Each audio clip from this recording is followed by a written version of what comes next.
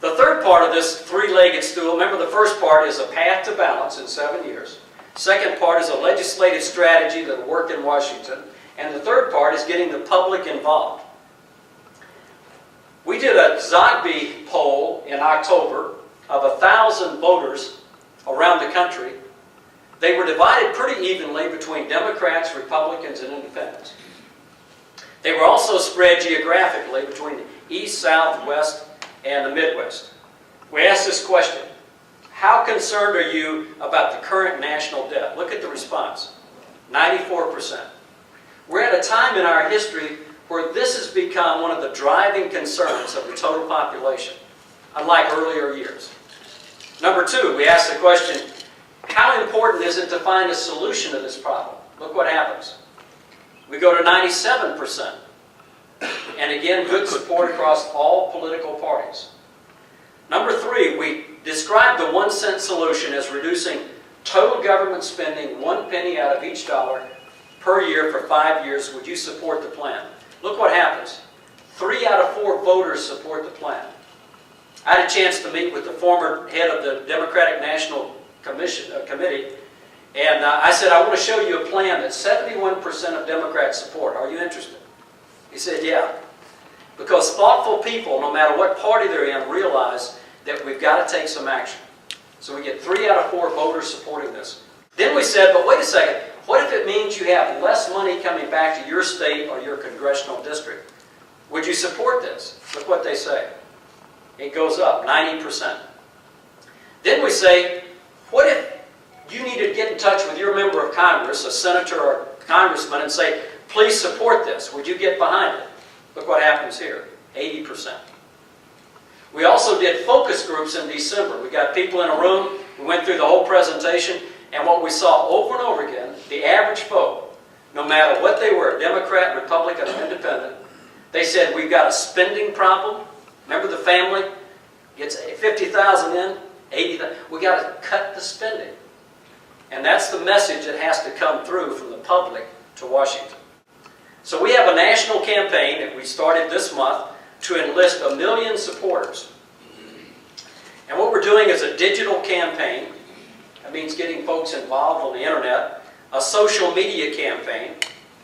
We got earned media. That means you end up in newspaper stories.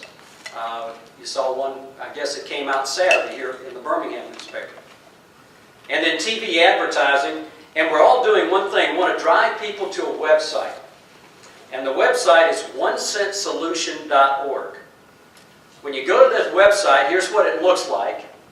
And you'll be basically asked to get involved by signing this petition, sending it to friends, and encouraging others to get involved.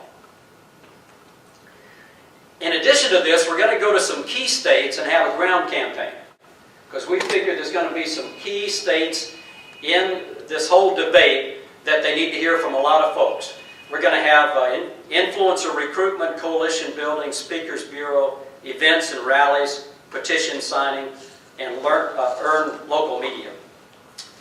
So kind of getting our arms around this thing, how is the 1 cent solution different from some other plans that it could put on the table? First of all, it offers a near-term solution. In other words, when you start talking long-term, we think the public interest is lost. And also, we can't afford to wait longer. So we're talking about getting the balance in 7 years. Secondly, this is a bipartisan effort. If any one party tried to pick this up and run with it, we don't think you'd be able to get the kind of support you need in Congress. So we're committed to a bipartisan solution. And thirdly, we're going to keep it very simple. When you listen to politicians describe what has to happen, many times they get into a policy debate. And I don't know about you, but I can't keep up with that. This way, we're basically telling the public, just cut 1 penny out of each dollar each year for 5 years, and we keep it simple. Also, it connects members of Congress with local constituents. It's a single issue. We're not getting into anything else. And we're going to provide feedback and accountability to the members of Congress. Here's our timeline. Last month in February, we basically are making presentations like this in different cities around the country because we want to be involving the grassroots before we get to Washington.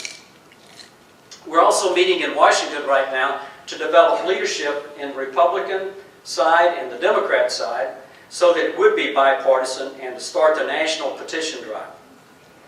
In March, we're going to show up in Washington, and the week of March 14th, we're going to have a public forum. We'll have national media. By that time, we hope to have a lot of support already in place. We're going to introduce legislation in Congress at that time, and then the months of April to September, that's when we're going to get a lot of grassroots momentum and target key states. Now, as I look around the room, many of you are in what I call the greatest generation. These are the folks that got together and gave us the country we have benefited from right now. We've had the benefit of a lot of folks in this room who really put the effort in during World War II and in the Great Generation. My concern is that if we don't also rally, that we're going to become the worst generation. If my granddaughter and your granddaughter and our children inherit the country that could happen, if we don't fix the deficit and debt, we will leave them in a much worse place.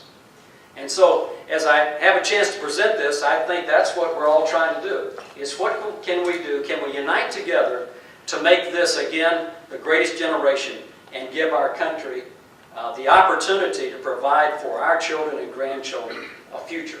Here's the challenge. If you're watching this and you're listening to it, we want you to go to the website, which is onecentsolution.org. When you pull that up, you'll be asked to sign the petition, share it with friends, and then let your members of Congress know that this is something you're behind and you encourage their support. That's what we're looking for right now.